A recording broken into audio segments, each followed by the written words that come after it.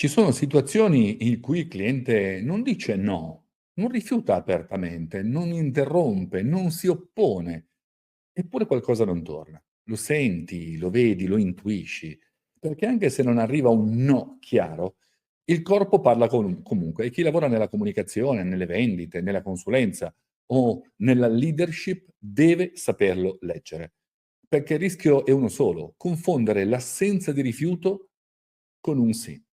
E questa è una delle trappole più comuni e più costose nella comunicazione professionale. La verità è che la maggior parte dei no non viene detta a parole, viene comunicata con il corpo, con lo sguardo, con l'energia. Quindi, se il cliente non ti dice no, quali segnali non verbali dovresti osservare? Vediamoli insieme partendo da un presupposto fondamentale. Non interpretare. Osserva con attenzione e con calma. Primo aspetto, la fuga visiva. Se il cliente evita in qualche modo il contatto visivo in modo ripetuto, guarda verso il basso o lateralmente, proprio nei momenti decisivi mentre parli di prezzi, scadenze, responsabilità, non è distrazione, è disagio. In quei momenti il corpo sta dicendo non mi sento allineato, anche se la bocca resta in silenzio. Secondo segnale, il corpo che si chiude. Braccia incrociate, spalle, rivolte altrove, mani che spariscono sotto il tavolo. Sono tutti segnali di chiusura e se arrivano proprio mentre stai presentando una proposta o illustrando un vantaggio, c'è un messaggio implicito. Non mi convince, ma non te lo sto dicendo apertamente. Terzo segnale, il sorriso che non è un sorriso. Attenzione ai sorrisi di circostanza. Il vero sorriso coinvolge gli occhi, gli zigomi. Se vedi un'espressione forzata o un sorriso che compare a comando e sparisce subito dopo, potresti essere di fronte a un sì di facciata. E un sì di facciata è il primo passo verso un no nascosto. Quarto aspetto, il silenzio che non è ascolto. Non tutto il silenzio è positivo, c'è un silenzio attento, coinvolto, partecipe e c'è un silenzio vuoto, scollegato.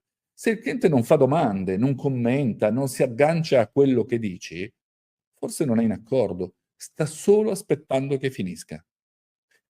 Altro aspetto fondamentale da tenere in considerazione: microgesti che comunicano disagio. Tamburellare con le dita, cambiare continuamente posizione, toccarsi il volto, giocherellare con oggetti sul tavolo. Questi segnali possono indicare tensione, ansia o disinteresse e se arrivano durante i passaggi chiave della trattativa è un indicatore forte che qualcosa non torna. Tutto questo non serve per giudicare il cliente, ovviamente, serve per sintonizzarci meglio, perché quando impariamo a cogliere questi segnali possiamo fare la domanda giusta al momento giusto.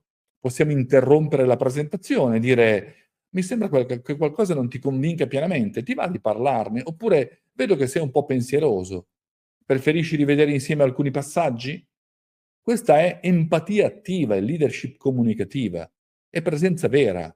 Chi riesce a farlo conquista fiducia e conquista clienti, perché mostra al cliente che non è lì solo per vendere qualcosa, ma per costruire una relazione fondata sulla trasparenza. E a lungo termine è questo che fa la differenza tra un bravo venditore e un venditore che cerca di vendere qualcosa. Ricorda, non tutti no si dicono a parole, molti si dicono con il linguaggio del corpo e solo chi sa leggerli può trasformarli in opportunità di ascolto, chiarezza, connessione. Se questo video ti è stato utile, iscriviti al canale. Ogni settimana trovi strumenti concreti per comunicare con più consapevolezza, leggere meglio le situazioni e agire con intelligenza emotiva. Perché capire gli altri è il primo passo per farsi capire davvero e per capire se stessi. Ci vediamo nel prossimo video.